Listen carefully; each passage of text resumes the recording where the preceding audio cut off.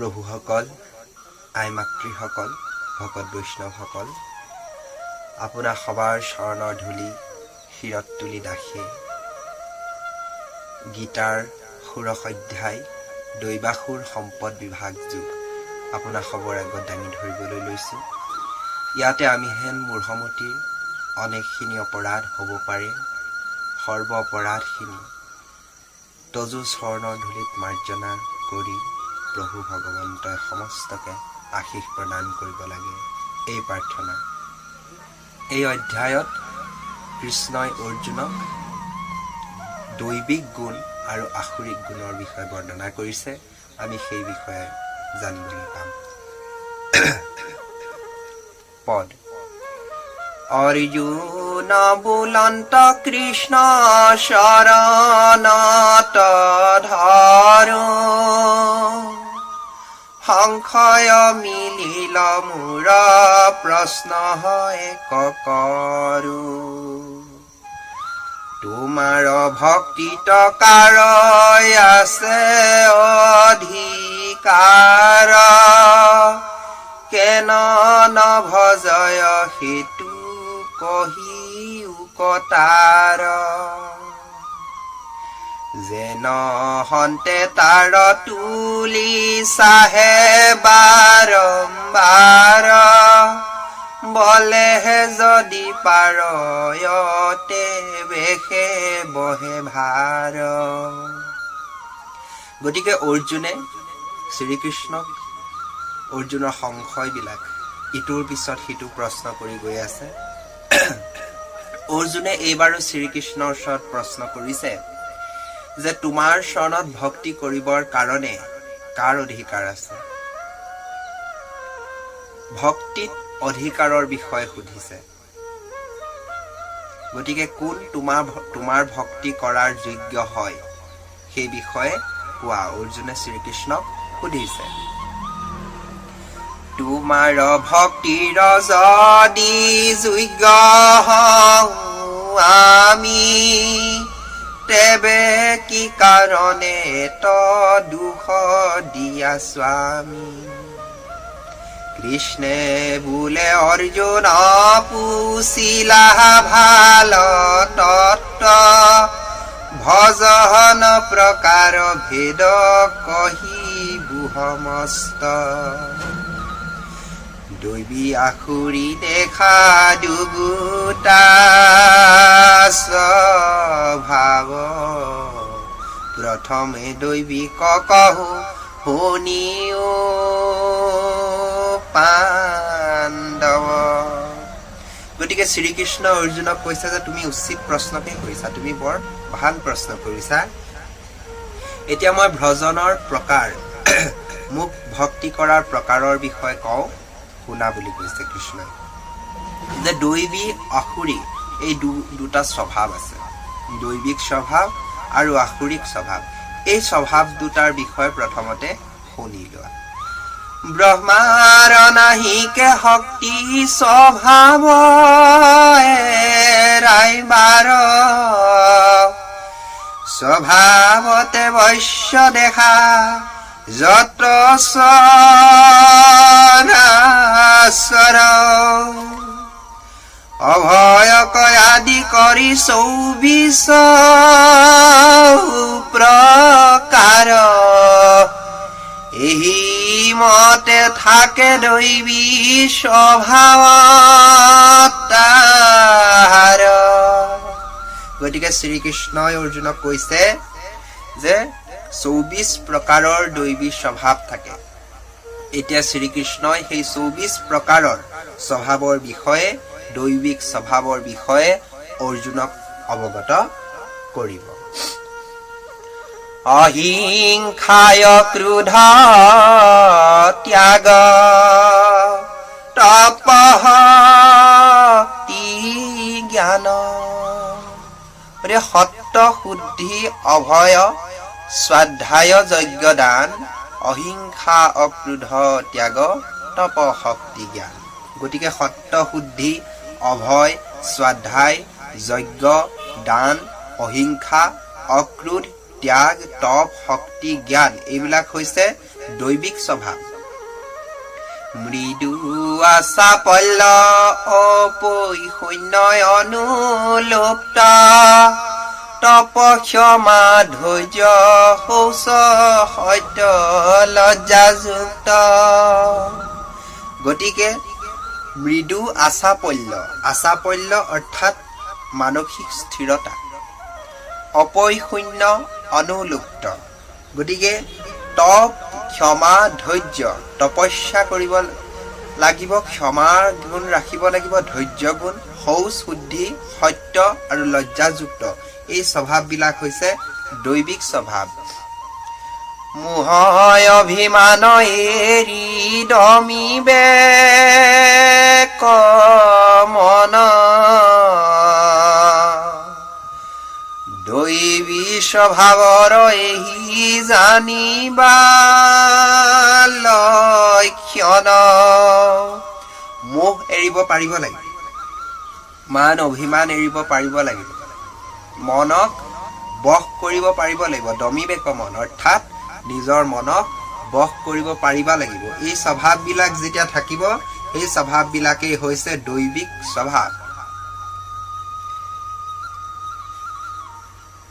দৈবী স্বভাৱৰ এহি জানিবা লক্ষণ। এই যিখিনি স্বভাৱ থাকিব, এই স্বভাৱখিনিকে দৈবিক স্বভাৱ বুলি শ্ৰীকৃষ্ণ অৰ্জুনৰ আগত কৈছে। তাৰ অৰ্থ ব্যক্ত কৰি কহু ধনঞ্জয় ভয় নাথাকিলে তাক বুলয় ভয়।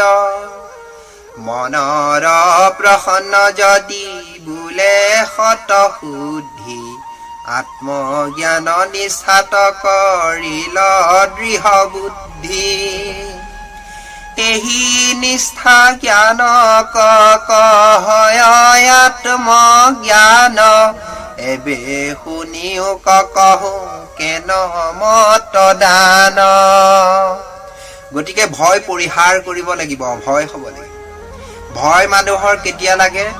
যেতিয়া মানুহ দুখী হয়, যেতিয়া কিবা পাপ কৰ্ম কৰে, যেতিয়া মানুহে নিজকে দোষী অনুভৱ কৰে, তেতিয়াই মানুহৰ ভয়ৰ জন্ম হয়। আৰু সেই ভয়ৰ নাশ কৰিব পাৰিলে সেয়া দৈবিক স্বভাৱৰ অন্তৰ্ভুক্ত হয়। আৰু মনৰ প্ৰসন্নতা, সত্য শুদ্ধি, এই জ্ঞানত চলিব পাৰিলে আত্মজ্ঞানী হয় লোক। আৰু এইবাৰ শ্ৰীকৃষ্ণ অৰ্জুনক দানৰ বিষয়ে কবলৈ লৈছে। আপোনাক লাগি অন্ন ৰান্ধয় মাতৰ তাতে অভ্যাগত এক ঠেকি লয় পৰ। বান্তি সম কৰি তাক দেই অৰ্ধয় অন্ন খাইবা খোজন্তে আহে আৰু একজন। গতিকে দান হ'ব লাগিব এনেকুৱা যে তুমি যদি অন্ন পাক কৰিছা, অন্ন ৰান্ধিছা, তোমাৰ কাৰণে অন্ন ৰন্ধাৰ উপৰিও তুমি অতিথিৰ কাৰণে অন্ন ৰান্ধিব পাৰিব লাগিব। কোনো ঠিক নাই অতিথি কেতিয়া আহে, কাৰণ আমাৰ হিন্দু সভ্যতা সংস্কৃতিত কোৱা হৈছে যে অতিথি দেৱো ভৱ, অতিথি দেৱতাৰ তুল্য। গতিকে সেই অতিথিক তুমি যদি তুষ্ট কৰিব পাৰিছা, ভকত বৈষ্ণৱ ভগৱন্ত পূৰ্ণানন্দ ঈশ্বৰ কৃষ্ণও তুষ্ট হ'ব। গতিকে তুমি অতিথিক সন্তুষ্ট কৰিবৰ কাৰণে তুমি যদি অন্ন ৰান্ধিছা, তুমি সেই অন্ন পাক, সেই অন্ন অতিথিকো প্ৰদান কৰিব লাগিব, সমানে বিভাজন কৰিব লাগিব। যদি সেই অতিথিৰ উপৰিও তোমালোকে খাই থকা অৱস্থাত অন্য অতিথি তোমাৰ ঘৰলৈ আহে, তেতিয়া সেই অতিথিকো তুমি অন্ন প্ৰদান কৰিবা পাৰিব লাগিব। সেয়া দৈবিক গুণৰ অন্তৰ্গত আৰু সেয়ে দানৰ বিধান শ্ৰীকৃষ্ণ অৰ্জুনক কৈছে। খাইবা তদধক বান্তি পুনু কৰিবু সমান জীৱা এহি মতে দেই তাকে বোলে দান। কৰ্মেন্দ্ৰিয় নিয়মিলে তাৰ নাম দম জ্ঞানেন্দ্ৰিয় নিয়মিলে তাৰ নাম হম। গতিকে কৰ্মেন্দ্ৰিয় নিয়মিলে যিবিলাক ইন্দ্ৰিয় কৰ্ম কৰা হয়, হাত ভৰি চকু কাণ নাক জিভা, এইবিলাক যিবিলাকে কৰ্ম কৰা যায়, এই কৰ্মেন্দ্ৰিয়বিলাক যদি নিয়ন্ত্ৰণ কৰিব পাৰিছা, সেই কৰ্মেন্দ্ৰিয়বিলাক নিয়ন্ত্ৰণ কৰিব পাৰিলেই তাক মনৰ নিয়ন্ত্ৰণ বুলি কোৱা হয় বা বশ কৰা হোৱা বুলি কয়। সেই কৰ্মেন্দ্ৰিয়ক বশ কৰিব পাৰিলে সেয়া দৈবিক স্বভাৱৰ অন্তৰ্গত হয়। তাৰ পাছতে কৈছে শ্ৰীকৃষ্ণ অৰ্জুনক যে জ্ঞানেন্দ্ৰিয় নিয়মিলে তাৰ নাম হম। আৰু তোমাৰ যি বুদ্ধি মন, সেই জ্ঞানেন্দ্ৰিয়, সেই জ্ঞানৰ ইন্দ্ৰিয়বিলাক যদি তুমি নিয়ন্ত্ৰণ কৰিব পাৰিছা, তেতিয়া তোমাৰ মনক তুমি নিয়ন্ত্ৰণ কৰিব পাৰিবা, আৰু সেয়াই হ'ব দৈবিক স্বভাৱ। কেনে কৰ্মেন্দ্ৰিয় ভেদ শুনা কহো তাক, ষষ্ঠ পদ গুজ লিংগ যাক বোলে বাক। জিবা নাখা চক্ষু কৰ্ণ ত্বক জ্ঞানেন্দ্ৰিয়, মনে সমে সব বিষয়ত প্ৰৱৰ্তয়। গতিকে যিবিলাক ইন্দ্ৰিয় কাম ভাৱনা মোহ মায়ামোহত আবদ্ধ হ'বলৈ বিচাৰে, সেই জ্ঞানেন্দ্ৰিয়ক তুমি সংযম কৰিব লাগিব, নিয়মিত কৰিব লাগিব, আৰু লগতে তোমাৰ কৰ্মেন্দ্ৰিয়খিনিকো তুমি নিয়মিত কৰিব লাগিব। কৰ্মেন্দ্ৰিয় অৰ্থাৎ হস্তপদ গুজ্জ লিংগ, এইবিলাক তুমি নিয়ন্ত্ৰণ কৰিব পাৰিব লাগিব। কাম সংকল্পক এৰি ব্ৰহ্মচৰ্য যজ্ঞ কৰে, স্বাধ্যায় বুলয় তাক জানা সৰ্বতোৰ। তপস্যা কৰয় নৰ বিবিধ প্ৰকাৰে, তাক তপ বোলে কৃষ্ণ চান্দায়ন কৰে। তকে সত্য বুলয় স্বৰূপ মাত্ৰ কয়, আজৰ ববুলয় তাক বক্ৰ ভাৱ নয়। বক্ৰ ভাৱ নয় অৰ্থাৎ এইখিনিতে কৈছে যে ব্ৰহ্মযজ্ঞ মানে বেদাদি পাঠ কৰি যিটো যজ্ঞ, সেই যজ্ঞ ব্ৰহ্মযজ্ঞ। গতিকে কাম সংকল্প এইবিলাক পৰিত্যাগ কৰি ব্ৰহ্মচৰ্য কৰিব লাগিব, সেয়া দৈবিক স্বভাৱৰ অন্তৰ্গত। তপস্যা বিবিধ প্ৰকাৰে নৰে তপস্যা কৰিব লাগিব। তপস্যা অৰ্থাৎ মন ইন্দ্ৰিয় শুদ্ধি কৰা, তপস্যা অৰ্থাৎ মনৰ স্থিৰতা প্ৰদান কৰা। সেই তপস্যাৰ জৰিয়তে মানুহে দৈবিক স্বভাৱ অৰ্জন কৰিব পাৰে। আৰু সত্য সচিদানন্দ স্বৰূপ শ্ৰীকৃষ্ণক তুষ্ট কৰিবলৈ হলে নিজে সত্যৰ আচৰণ কৰিব লাগিব। ত্যাগ বুলয় তাকে উদাস যাৰ মতি, সেহি শান্ত বিষয়ত হুৱে ওপৰতি। গতিকে ত্যাগ কৰিব পাৰিব লাগিব বুলি কৈছে। ত্যাগ মানে উদাস, উদাস মানে কি বুজাইছে ইয়াত? উদাস শব্দটো ইয়াত বুজাইছে যে তোমাৰ যি আসক্তি, যিকোনো বস্তুৰ ওপৰত, যিকোনো দ্ৰব্যৰ ওপৰত তোমাৰ যিটো আসক্তি, সেই আসক্তিটো যদি তুমি বশ কৰিব পাৰিছা, মানে আজি ভাল কাপোৰ এটা দেখিলে ল'ৰা ছোৱালীয়ে কি কৰে, জেদ ভাৱ আনে যে এই কাপোৰটো মোক লাগিব, বা ভাল বস্তু খেলা বস্তু এটা দেখিলে ল'ৰা ছোৱালীয়ে যেনেকৈ জেদ ভাৱ আনে যে এই বস্তুটো লাগিবই। শিশুৰো জেদ ভাৱ আছে, বৃদ্ধৰো জেদ ভাৱ আছে, যুৱক কন্যা বোৱাৰী যিয়ে নহওক সকলোৱে সেই জেদ ভাৱটো আঁতৰাব লাগিব। গতিকে সাধ্যানুসাৰে বস্তু লৈ ইচ্ছাৰ ওপৰত নিজকে মানে ইচ্ছাটোক নিয়ন্ত্ৰণ কৰিব পাৰিব লাগিব। সেই ইচ্ছাক নিয়ন্ত্ৰণ কৰিব পাৰিলে ত্যাগ আহিব, আৰু ত্যাগ আহিলে দৈবিক স্বভাৱৰ উত্থান ঘটিব। আৰু সেই ত্যাগ কৰিব পাৰিলেই মানুহে সত্য গুণী হৈ সত্য বুদ্ধিৰে প্ৰভু ঈশ্বৰৰ চৰণত ঠাই পাব পাৰিব। পৰৰ দুখক যিটো পাছত চৰিষয়, তাৰ নাম পৈশূন্য জানিবা ধনঞ্জয়। অকাৰী যত নিবৰ্তয় লজ্জা নাম যাতাৰ, তাক মৃদু বুলি কুৰ ভাৱ নাহি যাৰ। গতিকে অকাৰ্য যি নকৰে, অকাৰ্য অৰ্থাৎ যিবিলাক ভাল কাৰ্য নহয়, কুকাৰ্য, সেইবিলাকক অকাৰ্য কৰিছে। এইবিলাক লাজৰ ভয়ত এইবিলাক ত্যাগ কৰে। গতিকে সেই ব্যক্তিসকলৰ ক্ৰূৰ ভাৱটো, কপট ভাৱটো নাথাকে। গতিকে সেইসকল কি হয়? দৈবিক স্বভাৱৰ অধিকাৰী হয়। সেহি অচঞ্চল বৃথা কৰ্ম নকৰয়, সেহি হে তেজস্বী যিটো প্ৰগলভ হয়। গতিকে সেইবিলাক অচঞ্চল বুলি কৈছে, চঞ্চলতা স্বভাৱটো তেওঁলোকৰ নাথাকে। গতিকে যিহেতু তেওঁলোক চঞ্চল নহয়, গতিকে তেওঁলোকে কি কৰিব পাৰে? তেওঁলোক তেজস্বী হয়, তেওঁলোকৰ শক্তি বল বৃদ্ধি হয়। গালি পৰাভৱ নিন্দাই আৰু তিৰস্কাৰ, দণ্ডিতে পাৰিয়া হে ক্ষমা দামতাৰে। গতিকে এই ক্ষমা ভাৱো ৰাখিব লাগিব দৈবিক স্বভাৱত। এই ক্ষমা ভাৱ ৰাখিব পাৰিলেহে প্ৰভুৰ চৰণত গতি পাব বা প্ৰভুৰ ভকতিৰ অধিকাৰী হ'ব পাৰিব নৰসমস্ত। গতিকে কোনোবাই যদি কাৰোবাক গালি পাৰিছে, কোনোবাই যদি তোমাক নিন্দা কৰিছে, তেতিয়া তুমি তেখেতক ক্ষমা কৰিব পাৰিব লাগিব। কাৰণ কিয়? তুমি যদি তেওঁ গালি পৰাৰ পাছতে তুমি তেওঁক গালি পাৰি দিয়া, তেতিয়া তোমাৰ আৰু তেওঁৰ মাজত কোনো ভেদ নাথাকিব, একো অন্তৰ নাথাকিব, তুমিও তেওঁৰ নিচিনাই হ'লা। গতিকে তোমাৰ দৈবিক স্বভাৱৰ নষ্ট হ'ব।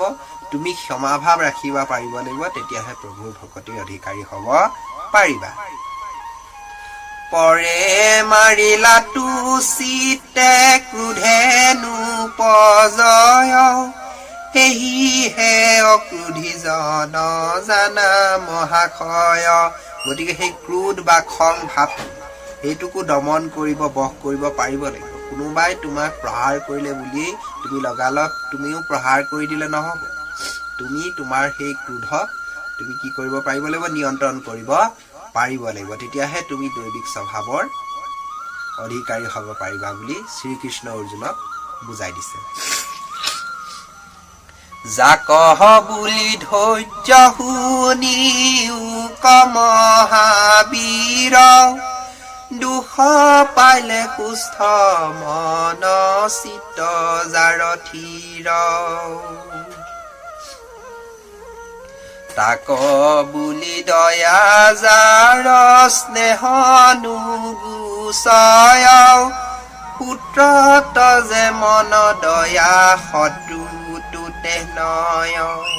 গতিকে দয়া ভাৱ, ধৈৰ্য এইবিলাকো হৈছে দৈবিক স্বভাৱ। গতিকে দয়া ভাৱ ৰাখিব লাগিব। দয়া ভাৱ কেনেকৈ ৰাখিব লাগিব?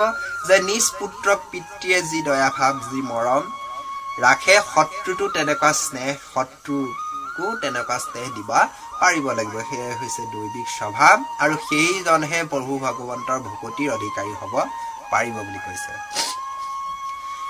সেহিহে অদ্ৰোহী প্ৰাণী নকৰয় হত, সেহি অনুলুপ্ত লোভ নাহিকে মনত। শৌচক কহিবুৱা দ্বিবিধ প্ৰকাৰে, মাটি জল লয়া নিত্য বাহ্য শুদ্ধি কৰে।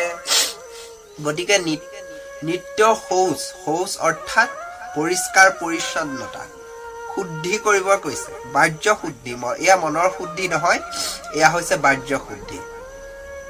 গতিকে সেই বাহ্য শুদ্ধি মাটি আৰু পানীৰ দ্বাৰা কৰিবৰ কাৰণে কৈছে। গতিকে সেই বাহ্য শুদ্ধি হৈছে দৈবিক আচৰণৰ পৰিচয়, নিত্য কৰিবৰ কাৰণে কৈছে। এহি মতে শৰীৰ শৌচ হয় পুৰুষৰ। গতিকে এহি মতেহে পুৰুষৰ শৌচ শুদ্ধ হয়। এইখিনিতে কৈছে যে ৰাগ নাথাকিলে শুদ্ধ हुए অভ্যন্তৰ, এহি মতে শৰীৰ শৌচ হয় পুৰুষৰ। ৰাগ অৰ্থাৎ খং ভাৱ, দ্বেষ ভাৱ, হিংসা ভাৱ এইবিলাক থাকিব নালাগিব। এইবিলাক থাকিলে মনটো অপবিত্ৰ হ'ব। মন অপবিত্ৰ হ'লে শৰীৰ অপবিত্ৰ হ'ব, আৰু শৰীৰ অপবিত্ৰ হ'লে শৌচ শুদ্ধি হোৱাৰ অধিকাৰী হ'ব নোৱাৰিব, নিতৌ শৌচাৰ কৰিব নোৱাৰিব। গতিকে নিতৌ শৌচাৰ নকৰিলে বেমাৰ বৃদ্ধি পাব, আৰু বেমাৰ বৃদ্ধি পালে হৰি ভকতিত কেতিয়াও ৰতি নহয়। সেই হৰি ভকতিৰ ৰতি নহ'লে, ভকতিৰ অধিকাৰী নহ'লে কেতিয়াও মনুষ্যই মুক্তি আশা কৰিব নোৱাৰিব। গতিকে ইয়াৰ পিছতে শ্ৰীকৃষ্ণই কৈছে যে আপোনাক অহংকাৰে শ্লাঘা নকৰয়, অমানিত্য বুলি যাক জানা ধনঞ্জয়। এহি মতে যাকে যাৰ 24 প্ৰকাৰ, হৰি ভজিবাৰ তাৰ আছে অধিকাৰ। গতিকে এই 24 প্ৰকাৰৰ স্বভাৱ যাৰ আছে, দৈবিক স্বভাৱ যাৰ আছে, সেই মনুষ্যইহে হৰিক ভজিবৰ কাৰণে অধিকাৰ আছে বুলি কৈছে। গতিকে এই স্বভাৱ যদি পৰিহাৰ কৰে, সেই মনুষ্যৰ হৰিক ভজিবৰ কাৰণে অধিকাৰ নাই বুলি কৈছে। গতিকে ভকতিৰ অধিকাৰ সেইসকলেহে পায় যিসকলৰ দৈবিক স্বভাৱ আছে। গতিকে আই সমস্ত বাপ সমস্ত প্ৰভুসকল, আপোনালোক সবে দৈবিক স্বভাৱৰ আহৰণ কৰক। এই দৈবিক স্বভাৱে আপোনালোকক হৰি ভকতিৰ অধিকাৰী কৰি তুলিব, আৰু হৰি ভকতিৰ অধিকাৰী হলেই প্ৰভুৰ চৰণৰ কমলৰ আপোনালোকে কৃপা লাভ কৰিব পাৰিব। গোবিন্দ কৃষ্ণ।